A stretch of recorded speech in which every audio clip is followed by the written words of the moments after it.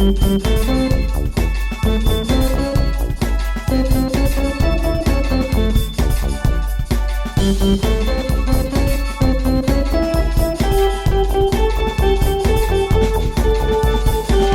would seem as though. Good morning and welcome to another episode of It Would Seem As Though, the podcast where we talk about anything, everything, and nothing. Mostly nothing. I'm Vesta. I'm very tired, but also, sometimes, I prefer to go by Annika. But, Well, you know, today your just call chosen me name is not very tired. But you can call me Girl. as long as you're calling me and giving me cash. Yeah, that's all I care about. Yeah, I have noticed it's funny. I've been paying attention to kind of the beginning of our show, and I realize that almost every week you say you're something else. Yeah. Well, But also Annika. But also, yeah. Also Right. known as. Also known as. Canon. Yep. Here we are, another week doing the pod. Mm-hmm. More people talked to me this week and told me that they listened to our pod, I which love makes that. me very happy. Get it. My friend Patty Feller was telling me that she likes it because it feels like she's just here hanging out with us, getting to hear us talk Do you about... know, though, that is, like, the most common thing I hear about the podcast is, like, people are like, oh, I just respond when you guys are speaking. Like, I just feel like I'm there. I think I'm having the convo with ya. Right. I like it. I think that's really great, right? I love it. Mhm. Because I think I listen to 4 podcasts on the regular. Mhm. Well, one of them went off the air, probably for good, but at least 3 to 4. And then some of them, Mhm. I feel like I'm just listening to some old friends, Yeah, like sit chit-chat. and chit, even though they're not people I know personally. Yeah, that's But so I love that we have achieved kind of that. and who cares about that anything feeling? else, right? Yeah. Like I was talking to one of my friends this morning, and she's listening to a podcast. Hey, Lizzie. But she's listening to a podcast, and she's telling me about it, and it's more of like a storyline. So what I told her reminds me of is like back in the day when radio, like War of the Worlds or whatever. Oh, right, when they told stories. People would just sit around the radio all like listening to their stories, and I think that's really great. You know, the podcast is just like keeping radio And alive. just to be clear, I'm not that old.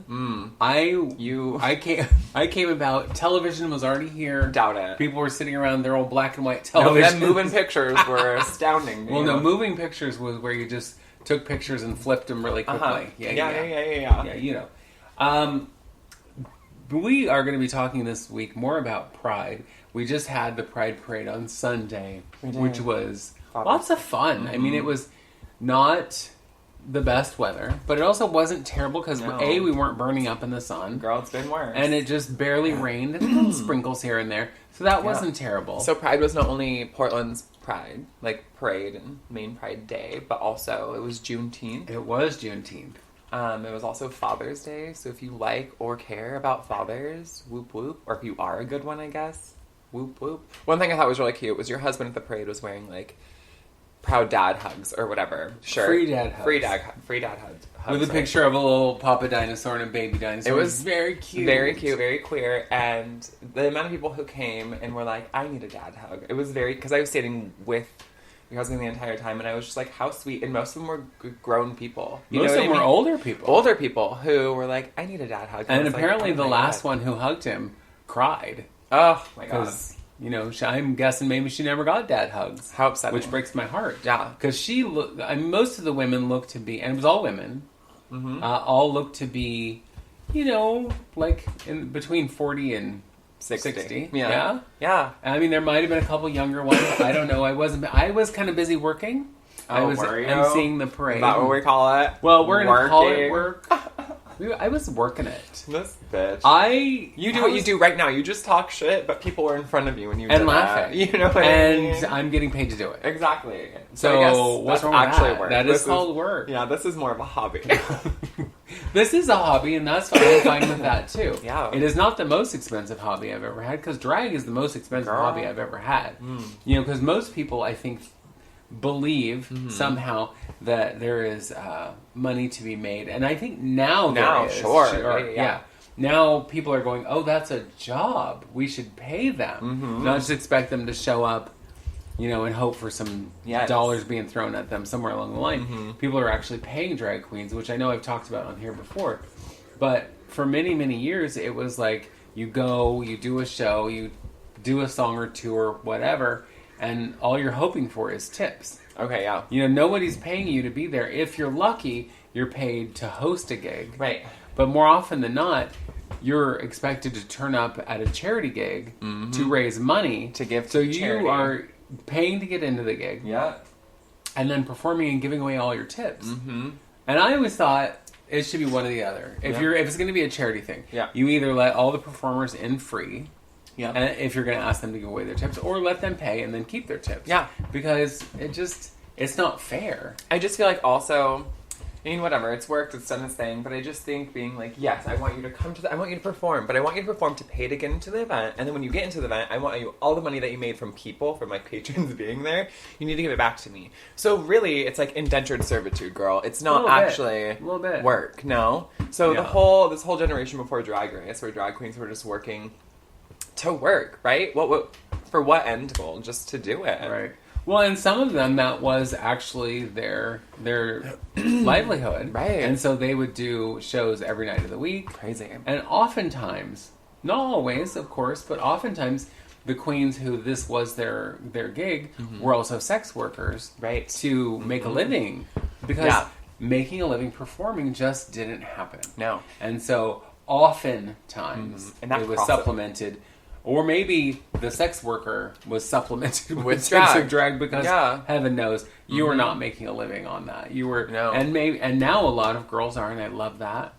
I love that queens are now making enough money that, I mean, my God, Trixie Mattel. I'm going to just use her for example. Let's just use her because she's like unattainable at this point. Well, at this point, right? She has now gone beyond working queen. Okay, also, if you don't know who Trixie Mattel is, If you don't know who Trixie Mattel is, what are you doing? She was on RuPaul's Drag Race. She didn't win her season, but she came back and won All Stars. So she's an amazing caricature of a human being, and she's crazy. She's a singer. She's a comedian. She's a musician. She owns like the oldest gay bar in Milwaukee. I don't know. She's just cool. And now a motel in Palm Springs. Yeah, she's cool as fuck. What's interesting to me about her is, so when she was on season 7, she was virtually unknown. I mean, she was known in Milwaukee. Yeah. Because that's where she's from. She's from Wisconsin. But then she went on season 7, and immediately after season 7, she and Katya started working together doing Katya, on the YouTubes. Yeah. And became very popular very quickly. And then she said just all these other things started falling into place. So by the time she came back on All Stars, though her Drag Race journey had been a rough one, outside of there, she was hyper successful. And now, I mean, she's probably, she's one of the richest queens. Yeah, second to like RuPaul or something. Like, because literally she owns 3 homes, a bar, a cosmetics company. She's had all of her CDs that she's put out have done really well. Because her music's good and she writes it herself, and it's country, and it's like folk and country. Like she's great. Folk queer drag. I love it. And here's the thing: is that here's what I will say: is that Trixie Mattel also just nonstop works. You know what I mean? That's all she ever does, and everyone in her life mentions how all she does is work.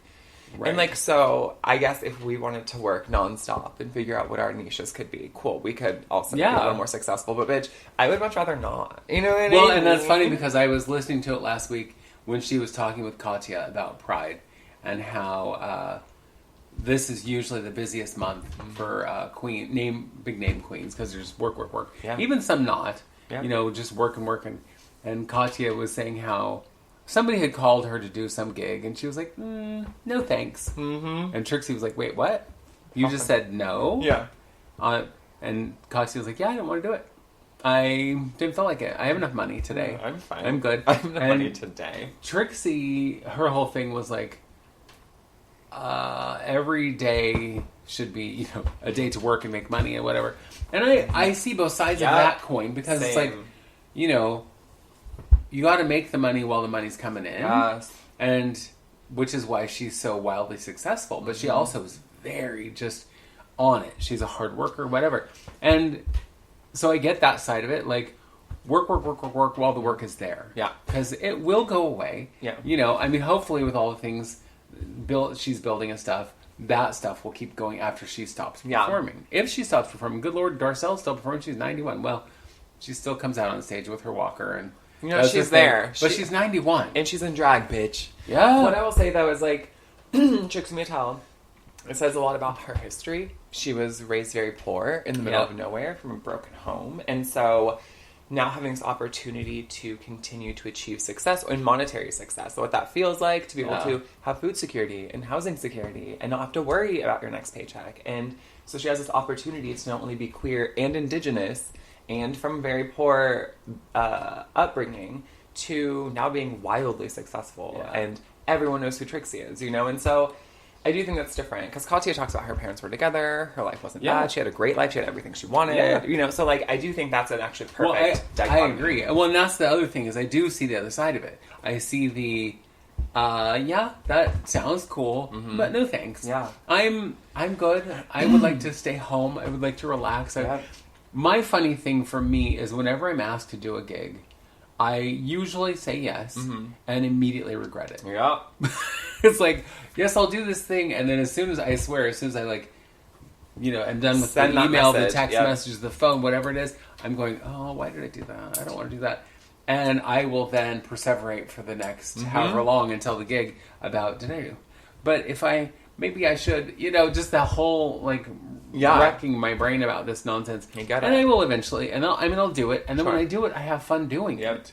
I do that with literally everything. I make plans to go do something. You know, no, I don't want to. And that's, you know, I wasn't really that way a lot before the pandemic, and the pandemic really fucked me up. But more and more, I'm just like, you know, like, I have a home and a partner and animals and fun things to do, and, you know what I mean? I just don't want to go and do, like, I know it sounds so stupid, I do, but what I want to do, I don't want to go and be around, being at Pride stressed me out slightly, because it was one of the first times I was around that many people in a very long time, and it was great and whatever, but I mean, it was great. I stood, you know, for like 4 hours straight, so is that the best time of my life? Like, no. But it was fun. I'm glad I went, right? But, like, many things that I plan to do, I just don't care to do. You know what I mean? Two things about that. One, I was a little shocked at the poor turnout of Starbucks at Pride. What was there, like 10 people? Girl, I know, and I want you to know. Starbucks is huge. All over. And they're like one on every corner in Portland. All over the And you could round up 10 queer people or queer allies that wanted to be in Pride. So, obviously, Starbucks is going through it at the moment with Starbucks is trying to unionize stores, independent stores are trying to unionize, and they're successfully doing so. Across the nation, Starbucks has taken a dip in how they're doing things, right? So, across, like, Portland and the Portland metro area, there were flyers that went to all the store managers to post at stores saying, like, this year we walk. Like, this year it's important, Pride's back, you know, in session. We're all going to get together, we're all going to walk. And I saw it and I was like, cool, cool, cool. I told people I worked with, like, I don't even know if you're working, but come to Pride, whatever, we can figure it out.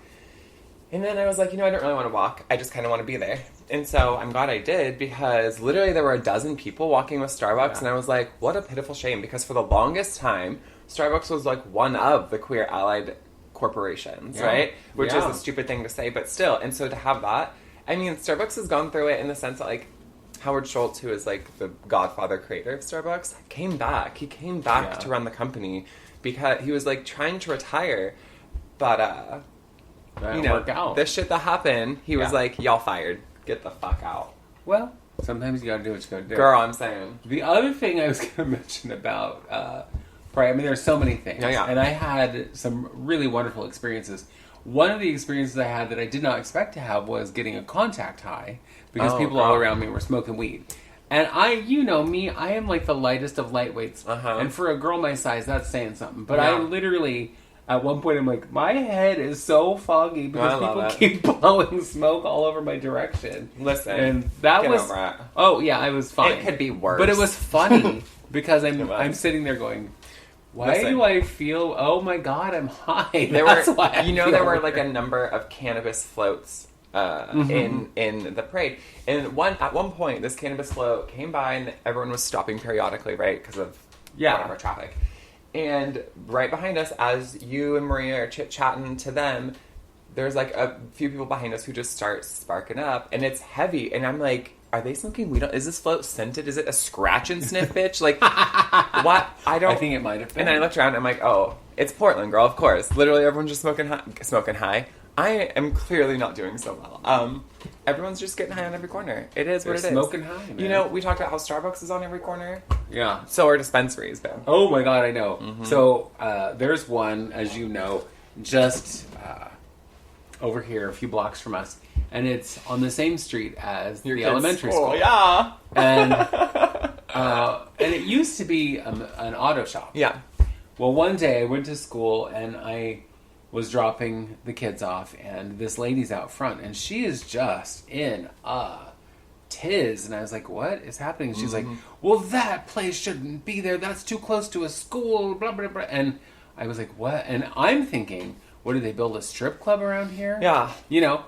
And she's like, well, didn't you see when you came in that there's a pot shop right at the end of the street? And I was like, oh, that's what you're mad about? Girl. First of all, you have to show ID just to get in. You also have to have approval by the city to put a business somewhere. Right. And it's several blocks from the school, but the point is, Yeah, it's fine. pot shops are very safe because you have to have ID to get in, and it's not like you're out in the parking lot smoking weed. No, or doing a deal. Or they're trying to, standing out in the parking lot going, hey kids, come here, we want to get you hooked on As this they stuff. open their trench coat. Yeah, and no, do it's you not want like that. No. And if kids want to try to go in there, let them try, because they're not going to get very far. No. But it was just funny to me that she was just all riled up. Yeah, so not only do you walk into a dispensary, which is, for you who don't know, that's a pot shop. But they check thank you for saying that, because I was wondering. I was so curious. But, like, they check your ID. A lot of times you have to get buzzed in. Everything is behind the counter in glass. You can't grab anything on your own. You know what I mean? Yeah. Yeah, I don't know. I mean, not that I've ever been to one. No, me either. What's funny is I went to one early on, I think, in the pandemic. Okay. And they weren't even letting you in the door. No. They were meeting you at the door. They had it felt like it was at a speakeasy. Not that I'm old enough to know what that looks like either. Girl. Only from movies. All these things you keep saying you're old enough to know, but clearly, Methuselah, you're old enough. Well, listen. Anyway, but it was funny because you came to the door and they literally slid this little plastic window open. How funny. And they're like, what do you want? Really? Kind of. I mean, they were nicer about that. But they didn't let you in the building at all. Yeah. And so you had to know what you wanted. Yeah. Or have a good idea of what you needed. Sure. But I only knew because I had this particular product before. It's something that helps me sleep. Sure. You big drug addict. Yeah, that's me. But but it was just funny because he slides open the little window. What do you want? But that's and what I told him what I needed. He, I had to show him my ID, whatever, and he comes back with the product. I give him the money, and I was just like, this feels. I know it's perfectly legal, but it felt shady. I wanted to tell you that was my favorite part of the pandemic was curbside everything. Yeah, because not that I've ever even looked at marijuana before, but I lived in a household where people did it. So I remember you would have to like order online or call up, and then you'd show up and call them and be like, I need the weed shop, whatever. You just I called, I placed an order, and they would run it out to you, and I was like, keep this going. Do you know what I mean? Like, if I never have to get my motherfucking car again, ding ding ding. That is one of the problems I have found of this is now that is a reality, I'm like going, God, I need to stop and get some stuff. Where can I go to just have it brought right to my car? Or ordering it. I don't want to get out of my car. The one place that I go grocery shopping, like we go, to a normal store or often, but mostly the place I go is Costco with you. Like we go to Costco, I buy shit in bulk, and I'm like, and I'm good for 2 weeks or whatever, Yeah. I don't want to be. No. Me either. I'm the same way, and it has become worse and worse and worse. Yeah. I'm like, well, yesterday I had to get drugs from a dog. Drugs. Because, he's allergic to himself.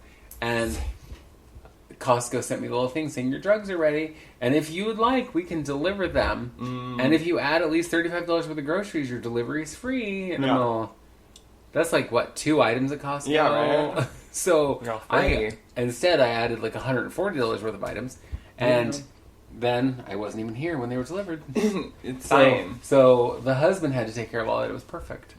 I was just like, well, I mean, I would have rather been here than where I was last night. Girl. Being at the hospital. No, I'm fine. It wasn't me. We're all fine. Not Not emotionally. it wasn't me. Yeah. Yeah. Emotionally, maybe not. Emotionally, it's a little challenging. But anyway, we'll get to that in a minute. Right now, we're going to take a break. Bye.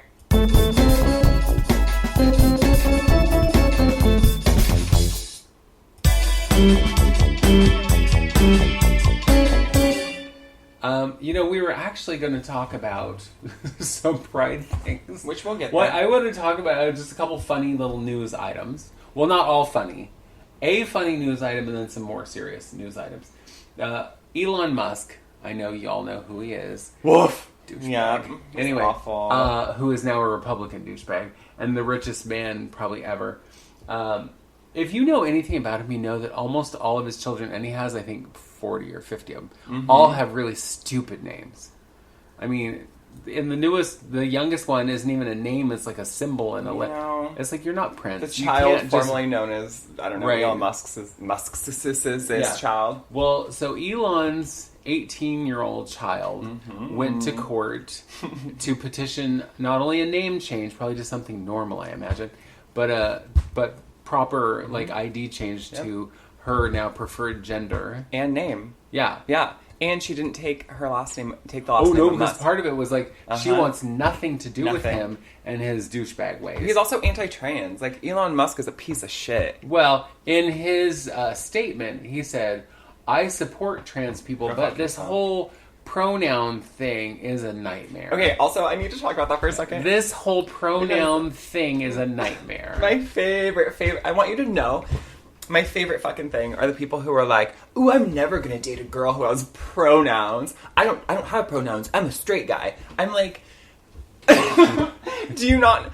I. What's a me, pronoun? We, us, you, them, they. Those are pronouns. You use pronouns a gajillion fucking times a day. And yes, you have pronouns. When you say I or me, those are pronouns. You know what I mean? What? I know. So I won't date someone with pronouns. What? I love that I've actually seen that in real life. Yeah, it's so stupid and it shocks me. No, it shouldn't. Nothing should shock me anymore. But I'm like, you think that's some dig. I think what you think is happening is I'm not going to call a trans person by their correct pronouns or by their, their name. You're going to dead name them. But what you're saying is, I'm not going to use pronouns, which means, how are you going to function, bitch? You're just going to use your name for everything? And so Steven went to school, and Steven was hungry, so Steven ate lunch. You know what I mean? Right. But Steven can never use pronouns, because Steven doesn't do pronouns. Steven's wife? Pronouns are problematic. Yeah, it's so stupid. Right, I saw the best thing on one of the entrances of the parade, which was a thing that said, using the proper name and pronoun is suicide prevention.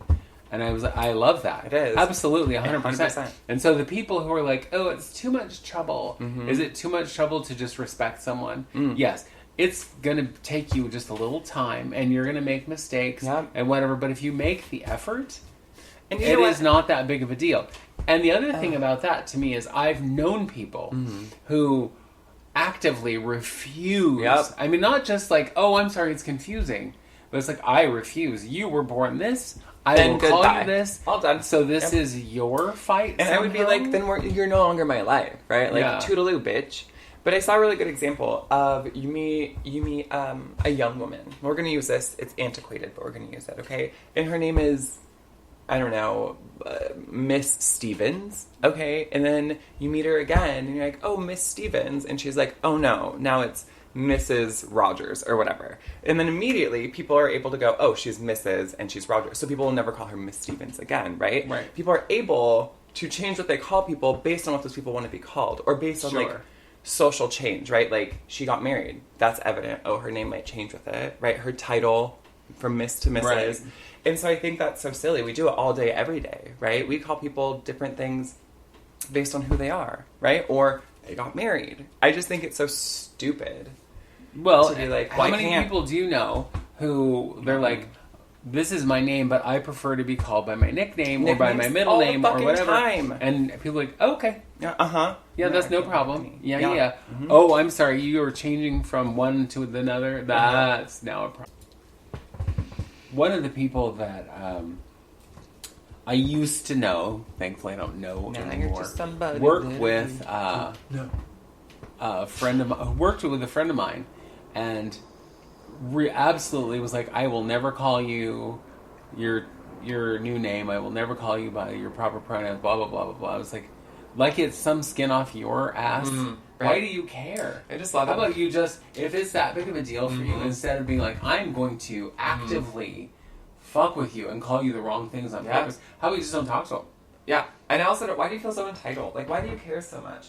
Well, because I'm on the right side of things and you are on the wrong side, so I get to, on the daily, make you feel like shit about it. Well, it's like, why? And why do you care? That? And who decides that? It's also like people, a lot of the times when, with like religion, you know, like, yeah, but you're religious, not me.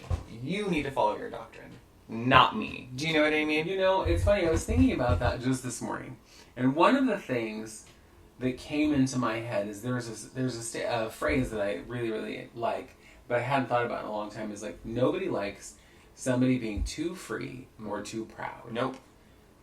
And the reason being, and it's like, and it really, it's not nobody, it's people who are insecure. Mm-hmm. They don't like to see people who they think are problematic, or they think are lesser, or they think are the issue with society. They don't want them being free, and they don't want them being proud. No, you should be ashamed of who you are. You should be ashamed of who you are. So the whole idea of pride, you know, doing pride, and it even, you know, in the Bible it says that pride is a sin. Pride cometh before the fall. And it's like, Girl, well, let's fall then. right.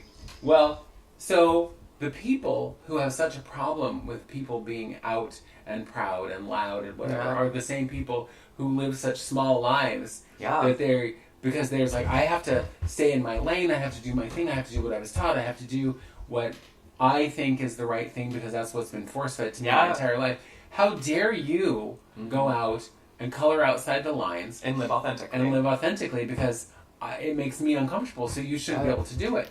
And how dare you feel like, and this is not just as a queer person, as a fat person. People hate to see proud, fat, specifically women. Yep. Fat men, nobody seems to care about, but fat women. Yeah. How dare you be proud? Yeah. How dare you love yourself? How dare you like your body? I know. How dare you go out in a crop top? How dare you wear a swimsuit? How brave you are. You're so, you're so brave. So brave. Yeah, but it's like being queer, being fat, being a person of color. You know what I mean? It's like all of those things that go quote unquote, go against what has been normalized or what has been built into the structure, right? It's just like white. You gotta be white and like rail thin, which those beauty standards are not old. Do you know what I mean? And the funny thing about that too is if you're rail thin, then it's like, oh, she's got anorexia or she's on drugs or she's whatever. So you have to fit in such a narrow margin. If you're a woman specifically. Right, specifically, you have to have these specific beauty standards. You have to be this size. You have to be,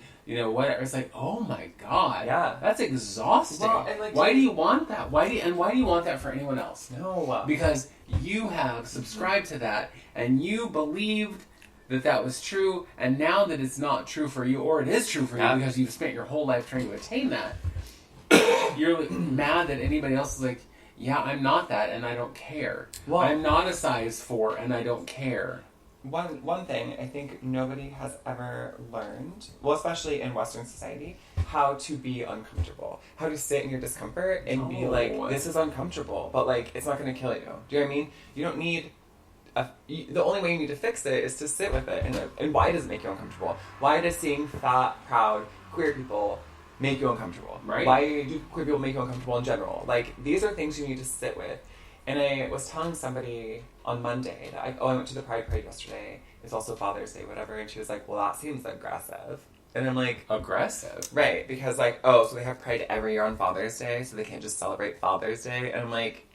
Yeah, but Pride and Father's Day can work cohesively, right? They can work together. Nope. I was like, Jimmy, what about queer dads, right? Like, what about dads who have queer sons or queer daughters or queer children? Queer dads? But, like, my point was, I was like, that's so stupid. How dare you... why would you say something like that? It's aggressive. Like, that just feels like an odd statement to me. Well, this person is also very religious and very right-wing. But I'm like, it still doesn't make any fucking sense to me. Well, you see, but so in their world, you have stepped out all kinds of boundaries and they don't like it. And they're going to tell you that you need to get back in your lane.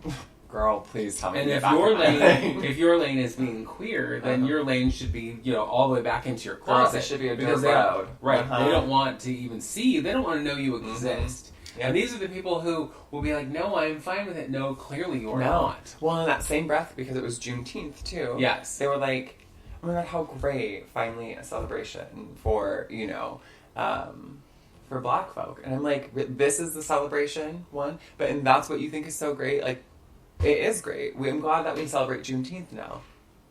But in that same breath, you're going to say that this other group of marginalized people, they're being aggressive. Yeah, I was just like... It shouldn't happen. It shouldn't happen. Yeah. Well, see, and here's the thing about Juneteenth for me personally. I am really happy that white people are learning about Juneteenth. I'm not really happy that now federal workers all get the day off and most of them don't even know what it's for. No. If you are Black and you know what Juneteenth is, most likely. I mean, you could have been raised by white folk and you don't know, but most likely you do know. And the fact that most of these white people are not even really sure, it's like Cinco de Mayo. Girl. They have no idea what it really is. And so people are like, well, it's an excuse to have a day off and drink beer. Yeah. Okay.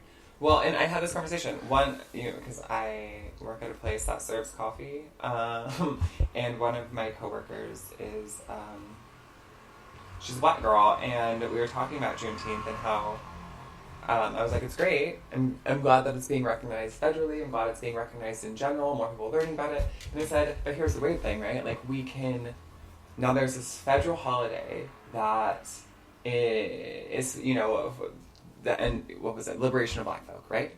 Well, specifically, it was, so January of 1865, Abraham Lincoln signed the whole thing the Emancipation Proclamation. Sure. Right? Now, what a lot of people don't man. know is that it was not of the entire country. Sure. It was of the people who were opposed to it. So, if you were, say, in the North, Yep. you were not necessarily covered under this act. But the opposing states were. Sure. Now, because there was no social media, there was no newspapers that quickly traveled the world, a lot of people didn't even know that it happened. Right. Specifically, slaves. Right. Why would they?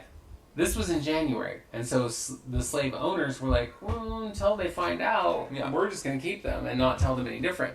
And it was June 19th, 1865, that this news finally got to Texas. And the Texas slave owners had to then finally accept that they were going to have to set these folks free. And that is what Juneteenth is about. It is specifically about when the rest of the folks who had been enslaved were then allowed to go free. And of course, there's so much more that goes along with that. There's so much bullshit. There's so much. Then there was the where they became, like, what is the word? Indentured servitude, where there was like, well, sure, you can work here and we'll pay you a wage, but you have to pay for your house, you have to pay for those, and there was no way out of that particular nightmare either. But Juneteenth was specifically the emancipation of the folks who should have been freed who should have never been enslaved, you know what I mean, but who were supposed to have been freed 7 months earlier or 6 months earlier. So my whole point. I'm sorry. Well, there's a lot of white people out there who don't know what Juneteenth is. So was that Juneteenth is we're gonna make it very short in the liberation of enslaved Africans, correct? But so we have this federal holiday that's about that, but we can't teach critical race theory in schools. So make it make sense to me, right? Like, why it just doesn't. Like, it's great that there's this federal holiday, but nobody can know the basis of it or the history of it anymore. Right. Well, because it's gonna make white people uncomfortable, and it goes back to your whole point of that people aren't able to sit in their own discomfort. People aren't able to go, oh my God, that really. It's like, first of all, if it was your great grandma or great grandpa who owned a slave, that makes them a shit human being. Yeah. If you have, all these years later, done nothing to improve your own knowledge of the world and race and whatever, guess what? You're still a garbage human being. Yeah.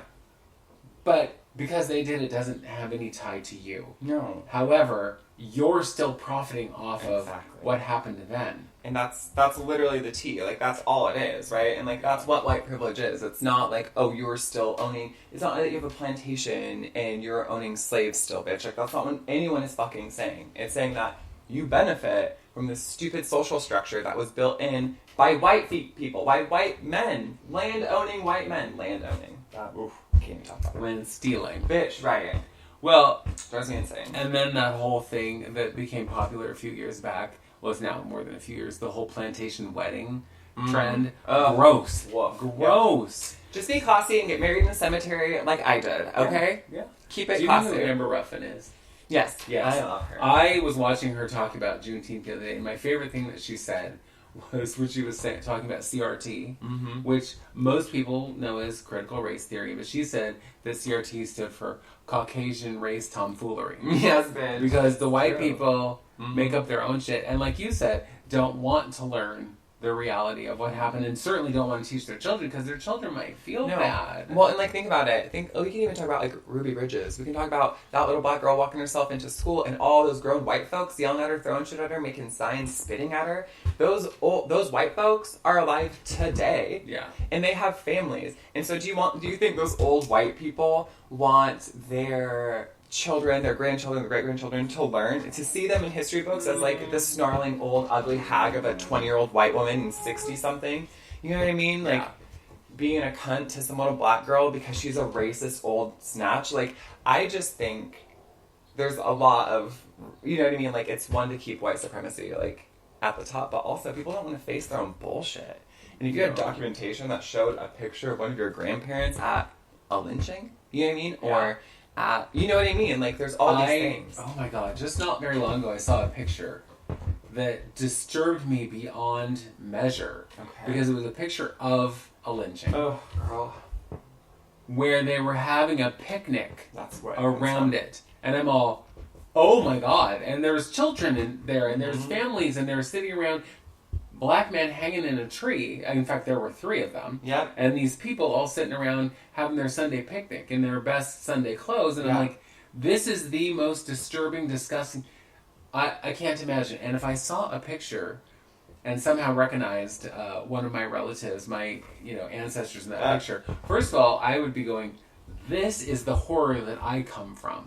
And I have chosen to do better. Ma'am, right? And, like, I think that's the thing. Our viewpoint is different. We have to learn this viewpoint, right? Yeah. But, like, there's an example, so, in my ancestry, because I'm real obsessed with it, there's a point where some man immigrated, this was in, like, 1700s, immigrated here from England, found him a nice indigenous woman, and, like, took her and married her. Like, that's documented in, like, my family tree. Yeah. Do you know what I mean? Like, that's obscene to me. So, like, I don't know, I just feel like there's so much of, it's an atrocity. Like, I'm not proud of that man, right? Like, I'm grateful that that's part of my lineage because now I have, this mixture. Yeah. But I'm not proud of that white man who came and stole some indigenous woman. No, of course not. And talking about, like, picnic, there is controversy. Like, it's very controversial, that word, because a lot of people think that it originated from public lynchings, but it didn't. That's not part of it. The word is like a 17th century French word, right? Okay. And so it's not necessarily from, let's have a picnic at a lynching, but it started to become associated with lynchings of black men, and white people throwing out their blanket, having their basket, eating their food under death.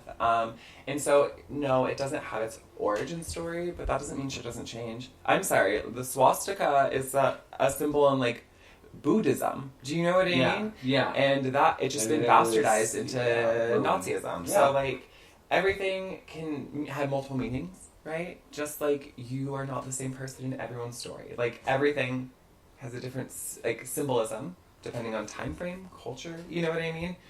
Region. So I just think that it's just upsetting to me that in the United States, picnic is a term that, other than, like, a social gathering where people bring food, also has this ugly inclination, you know? Yeah. And on that, let's take a little break. Okay, bye.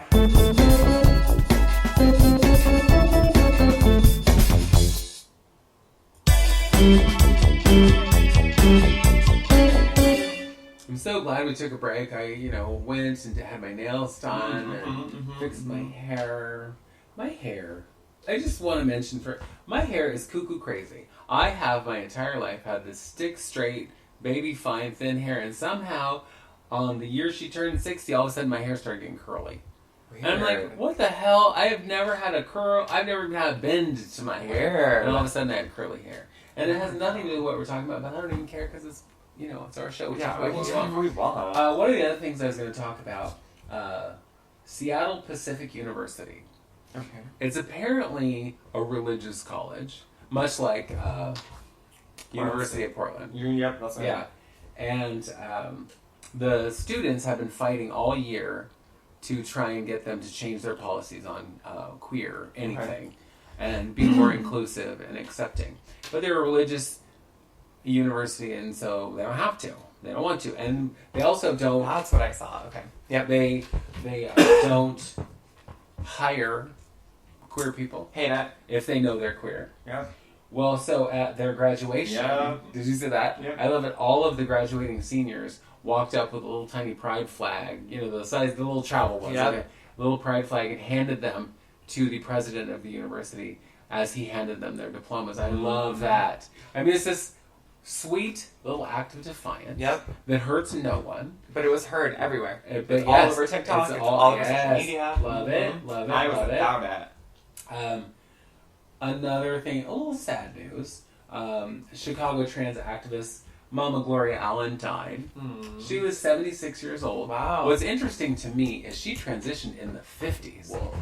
And that had to be a hard road to hoe. Girl. Yeah. First of all, being a black trans woman in the big city in Chicago in the 50s? Yeah. Do you know what's interesting, though? Is, prior to now, I would say like, back in the turn of the century, even to the middle of the century, the 1900s, transgender and, switching genders wasn't kind of a thing. So there was a point like Christy Jorgensen, who was, a GI, right? She was like in the military. Yes. And they say like, the newspaper articles are like, Butch man comes back as a beautiful bombshell. Like, it's funny because then they refer to her as her correct pronouns, her right name, call her a bombshell, and she's so beautiful. And it was very interesting because they don't have this discourse of trans being so fucking wrong. It was just like such a novelty. Granted, trans people were not treated with like respect and dignity. They weren't safe, they weren't, whatever. But my point is like, the media was like, what do we do with this? And so they were just like, she's... Maybe that, just so you know, that was the very like Hollywoodish kind of media. That was celebrity news kind of stuff. It was like the bigger things that I imagine all over in the more kind of local papers. There was like this freak did this awful thing. Sure, but she should local papers, girl. I'm not counting local papers. No fucking shit. No, but I know I told you this before, but I met Christine Jorgensen as a very old woman. Okay. At Darcel's. Right. She was there as Darcel's guest. How very cute. And I was like, that's, to me, that was super cool because I was meeting someone who literally was a living legend. Yeah. And you're right, when she transitioned, she left the country. Yeah. And came back as Christine. Okay. And she then, because she was this novelty, started, doing performances in theaters, doing a novelty. She was a singer, she, whatever. And was she a great singer? No. But she was a novelty. And I think people were like, is that really a woman? Or is that really someone who used to be? Because she's beautiful, and because she was beautiful. And she was very glamorous. I think she was actually more glamorous than beautiful. Right. And because she was a rich white woman. Yeah. I would never know, like, that whole fucking bullshit, like, okay, that doesn't add value to her as a person. You know what I mean?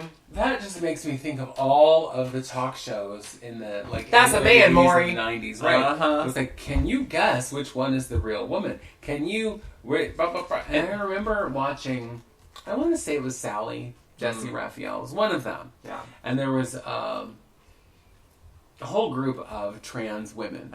And this one woman, young, beautiful, you would just look at her and go, yeah, beautiful woman. Pretty woman, yeah. Well, no big deal. And she was on there with her fiance, who was a very handsome straight man. And the audience was in a total tiz because they were like, hang on. Wait, so you're a straight man, so you say, but you're with this woman who used to be a man, so you can't be straight. Mm-hmm. And he's like, what?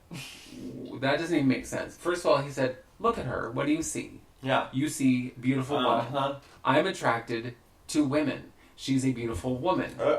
But the audience would not. They were like, we can't go on with our lives until we put you in some kind of box. Mm-hmm. We have to have a comfortable category for you, or our heads are going to explode. Right. We're going to die right here in the audience because we need a box for you. And he just was not giving them one. No. He's like, here's your box. I'm a straight man. Mm-hmm. This is my soon-to-be wife. Mm-hmm. Get over it. Yeah. But they did not get over it. And this goes back to, again, the people not knowing how to be uncomfortable about anything. Because it was like, we need to solve this problem. It's not a problem to solve. First of all, it's not a problem. Why are you so invested? Why are you so invested in what their sexuality is? Are you trying to sleep with either of them? Then shut the fuck up. Well, that's the thing I never understood. It's unless you're trying to get into either one of their pants, why do you care? No, and that goes into the argument today of like what is happening with trans youth and playing sports, or where they can go and be checked out, right? Yeah. Like, what is the Christian right's obsession with looking at naked children's genitals? Do you know what I mean? Well, and I do, because they're the ones who'll be like, well, all gay people are pedophiles and they're all trying to groom young... No. It sounds to me like you're the pedophile because you're obsessed with what's in this child's pants. Exactly. So, who the pedophile? Freaks me out. You. And you can be like, hey, grown person, I need you to look at this child's junk and tell me what they are. Like, that is horrific to me. Yeah. The other little piece of queer news, a Washington man... His name is Tyler Dinsmore, total douchebag, was arrested for making threats to, one, his queer neighbors, but also making threats against... Anacortes, Washington was going to have their first Pride, and I think they did have their first Pride this year. I don't know if it's happened yet or it's going to happen. What place is this? Anacortes, Washington. Anacortes. Okay. Yeah. Was going to have their first Pride. Right. And this man, some young white trash bag, was like... I won't have it. I won't. The queers and they're ruining the world. And the comment he made to his neighbors, which was a lesbian couple, was, "Well, it used to be legal to kill queer people." No, I don't believe that ever was legal. No, and then he was saying the only thing between him and this pride or all the queers was like a 22 or some gun remark, and he kept threatening on the social media. So it's like, not only are you a douchebag, but you're a stupid douchebag who's like, I'm going to make all my threats in public media. Social media, even if you delete it, it never goes away. No. So he's now in prison. Good. And he's awaiting a trial. They will not be bailing him out, from what I read, because why? He's dangerous. Yes. I also want to say something. But he's just yet another dipshit. Trash bag white man in a list of trash bag white men who have been causing all of this stuff. Every mass shooting, trash bag white man. Because also school shootings. Guess what? Guess who never does them? Black people. Right. Like women. Women. How about that? So white men, I feel like, are the problem. Right. And so when people keep going on and on about the terrorists, they're the Arabs and the this and the that. No, they're white men. They're the white men. The forefathers were terrorists, so kiss my ass. Anyway, what I was going to say is I think sometimes we forget, and I think this was proven at Pride because I overheard conversation, had to be like, no, you're not right. Pride stems from a protest, girl. And that goes back to, should Pride be about, is it celebratory, right? Are we just celebrating the fact that we're queer and we're out here, or is it about liberation? Are we looking for equality, or are we trying to liberate from that bullshit? Because I think the agenda at hand, the big systems at hand, have had every opportunity to give people equality and have never fucking done it. Do you know what I mean? So I don't think... and why is it up to a group to deliver equality? Why isn't it just like, well, of course I should have equality just like everybody else? Right. Why do you get to determine whether or not I have it? And do we want to be equal in their system? Do you see what I'm saying? Like, we will never be. They will never give us equality. So, to me, Pride, yes, we should celebrate all the queers together having a good time, but also, Pride is about liberation, right?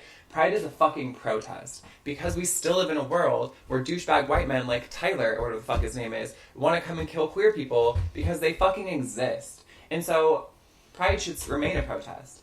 And at the parade, I was standing next to one of our cousins, and something crazy. It got like real hectic for a second. He was like, "Oh, it feels like a protest." I'm like, "Girl, it is a protest." You know what I mean? Like, Pride is a protest, and you should remember that Pride is a protest. Like, was that when folks were walking by with a megaphone? mm-hmm. Yeah, talking about that. Yes, there are corporations in the parade, Mm-hmm.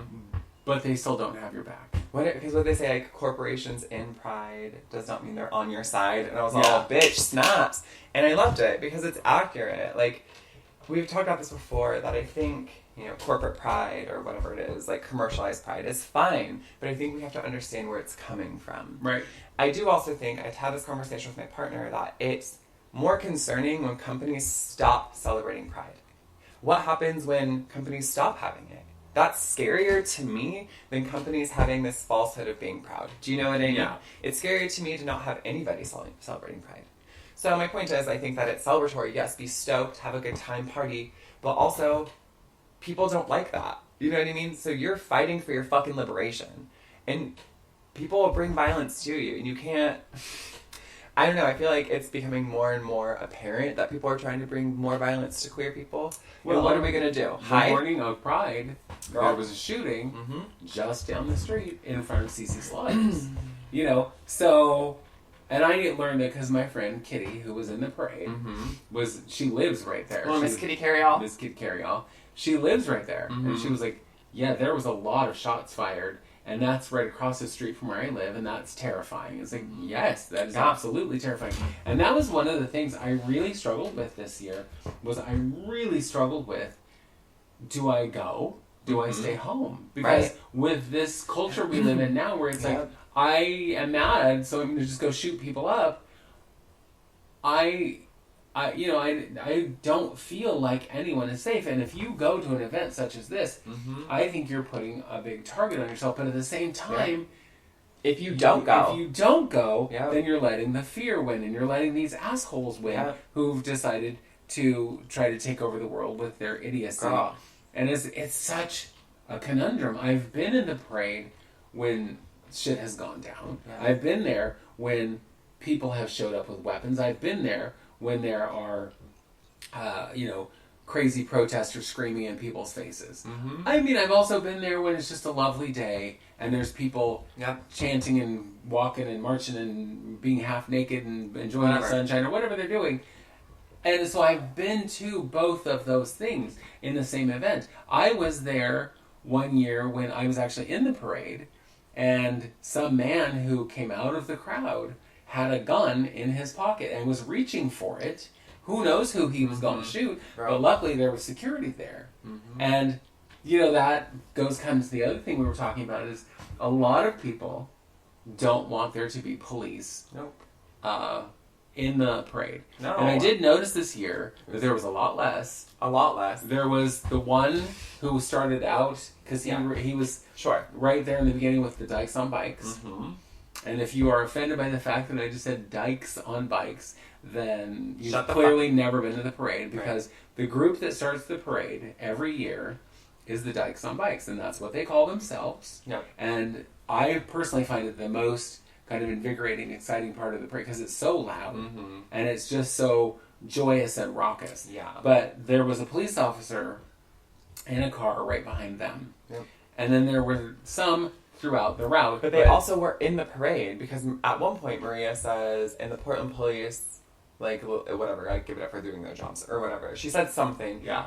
And just because everyone's, cheering for everyone, you announce a parade or a flow, or people are dancing or whatever, and, people are clapping their fans, cheering, woo woo. But then Portland police came out and it all stopped. Right. And I know it wasn't major, but I was still like, no. Go to the boundary of Pride and stand there. Do you know what I mean? Like, get the fuck out of the parade. Well, and it used to be, in the early days of the parade, the police were literally only there to do crowd control. Yeah. And to make sure you stayed as a Pride participant within your boundaries. Yeah. Like, your parade is going from X spot to X spot, and if you are going out of boundaries, we're going to make sure that you don't. Yeah. Because you have we have mapped off this route. That's what you get to do. It's also probably safety. You know what I mean? Yes, absolutely. But they weren't in the parade. No, and they shouldn't be. And I agree. I don't think they should be in the parade. Because if you think about how this all started, like we talked about last week, it started as a protest against the police. Yes. This started at Stonewall as a protest against the police who were coming into the bars, who were arresting people just because they wanted to, who were roughing people up, who were taking money from folks to buy safety. Yeah. You know, it's like the police, and I don't, you know, whatever your feeling is about the police now, I don't care. I'm not here for that discussion. Yeah, but where this is concerned, the history is this was specifically a protest against the police and against police activity, against police brutality, against police action, and so that's that with the, you know, queer people, but also with people of color. Their whole life feel, you know, I'm sure must feel like a protest against the police because you don't feel safe. No. You have to school your children on how to just get home safely just for living. Yeah. So, and that is the police. So, that is most often the police. We can't just go to Pride and just celebrate and not act as if it's a protest. When the last few years, I'm sorry, Portland is like a protest hub. And during the BLM protests, we protested very hard and longer than many places, even though it was a worldwide protest during in 2020, right? But so we can't just then go to Pride and be like, everything's great, yay, Portland fucking police. Like, there was a reason people protest, and we don't get to forget, like, the black and brown people who have lost their lives due to police brutality. Whether they are queer or straight or what the fuck ever, they lost their lives. They were a minority who needed support and not the police to kill them. And so I don't think using police in the parade is helpful. I don't think that it's good. I think it stresses people out, and it pisses people off. And I think it's a dumb fucking thing to do. But here's an interesting thing. A few years ago, so my friend James was on the Pride board for many years. And there was the year that they asked for the police who were in the parade, who were going to actually be in the parade, to not wear their uniforms. That was all. Yeah. Didn't say, don't come. Didn't say anything else. Said, we would rather, because it is triggering to so many people, please don't wear your uniforms. Yep. They got death threats from people who were like, how dare you disrespect the police? But at the same time, you had people at the other side going, they shouldn't be in it all, so how dare you even let them be in the parade? Yep. So there is not a winning scenario. Well, but who do you want to upset, though? All the queer people or the police who kill black people in the fucking streets? I don't give a shit about upsetting police. Oh, no. But I mean, it was upsetting all of these white people who were like, you're disrespecting the police, and it's like, that is not the point here. Go learn your history. And I think that is the biggest thing. Learn your history. Learn your history about anything, whether it be about critical race theory, whether it be about pride, whether it be about, you know, just police brutality, whatever it is. Learn your history, and once you know your history, then speak on it. Yeah. But until then, shut up. Shut the fuck up. Yeah. It's so frustrating. I feel sometimes like, you know, you're disrespecting the police. Okay, but the police regularly disrespect everybody fucking else. Do you know what I mean? Yeah. They abuse their power. So many people in that field become so power hungry. Yes. Because it's like you've got this what feels like unlimited power. Yeah. And who is there to check you? Especially when, you know, it's like you get away with all the shit you get away with. Right. And it's like, well, we have you on camera murdering someone. Well, we need to have a 6-week trial about it. This video should be your trial. Yep. You know, we have you on video doing all these horrible things. Well, and that's the thing. You know, the people who like broke into Breonna Taylor's apartment. Yep.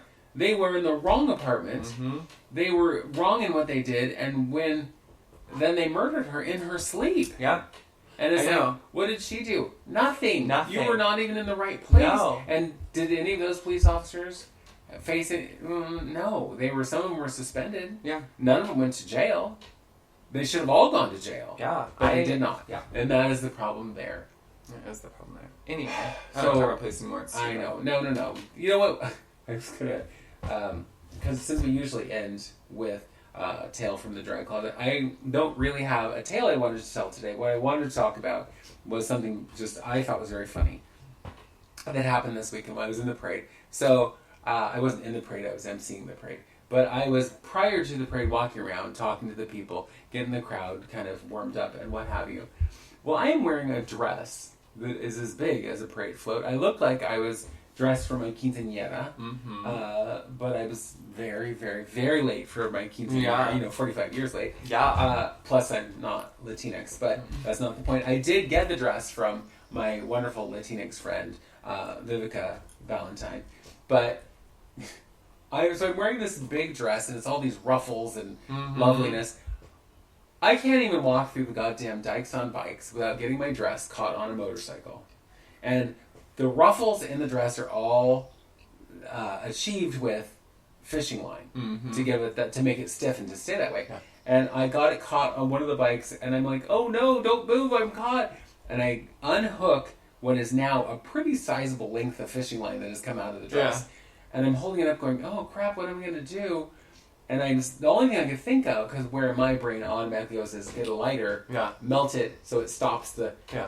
She, without even missing me, reaches into her pocket, pulls out a pocket knife, slices it off, and she's like, there you go. And I was like, why am I surprised? Yeah, why you shook, girl? Why am I surprised that this lesbian on her motorcycle had a pocket knife? She also could have trained your dog and popped your tub at the same time. Yes, and she probably did while I wasn't paying attention. But I just thought that was so funny. And it was like... That. Well, my dress is saved, the day is saved, I'm not stuck on this motorcycle. I was like, I might have to hop on and go with you. Yep. But the idea of me trying to throw my leg over a motorcycle and going, no. But then some lovely woman was like, well, you could ride with us, but you would have to ride side saddle. And I was like, listen, I know the story of Isadora Duncan. My dress is going to get caught up under the wheels and I'm going to die. I'm going to go back very safely to my little announcer booth and call it a day. Yeah. So I thought it was very funny during Pride, because I mentioned that like every other float had its own dance routine, no matter who it was. And I was like, bitch, you get it. What is this, a musical? But 95% of the songs that were played was one song. And it's Lizzo's new song, About Damn Time. And girl, it played about 50 million times, and every float were all about it. And literally the audience, by like the 35th time, were like, okay, cool, like, good job, you made up a dance to About Damn Time. That we've all seen a million times. It was fun though, I mean, it was great. I love Lizzo. I love Lizzo. But yes, hearing it over and over. 3-hour parade. I'm like, listen, queers, it's like a new anthem, but can you pick one other song? One other. Well, the only other acceptable songs to play during Pride Parade are I'm Coming Out by Diana Ross. It's Raining Men by the Weather Girls. Yeah, okay. Those are the only songs you get. And Born That Way by and Lady Cover Girl by RuPaul. Yeah. Yeah. Although I did hear a RuPaul song. I did too. All right. Well, so that... fortunately or unfortunately brings us to the end. However you're feeling about it, I'm always happy that we make it to the end. I'm always afraid we're going to have nothing to talk about. I know. We're going to sit here and stare at each other. What I do love is start playing solitaire or something. Days prior, we're like, okay, we're going to talk about this, and we're going to touch on some things. And then I thought of nothing. Yesterday was an exhausting day. I've been up all morning. I'm very tired. And I come here with no notes, and I'm like, what are we talking about? And you're all, Pride. I'm like, copy Pride. And here we are. And so... happy Pride Month, and we'll probably be talking about more Pride stuff next week. Girl, who knows what we'll talk about? You don't need it to be June to be Pride.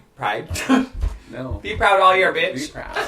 Be proud. You know what? Like I said earlier, be proud, be free, and piss off the people who aren't. Oh, yes. And on that note, I'm going to say, if you liked your time with us, then like, share, subscribe, and send us a message. It would seem as though at gmail.com. Dun, dun, dun. And, we'll be here next week. Bye. Bye. It would seem as though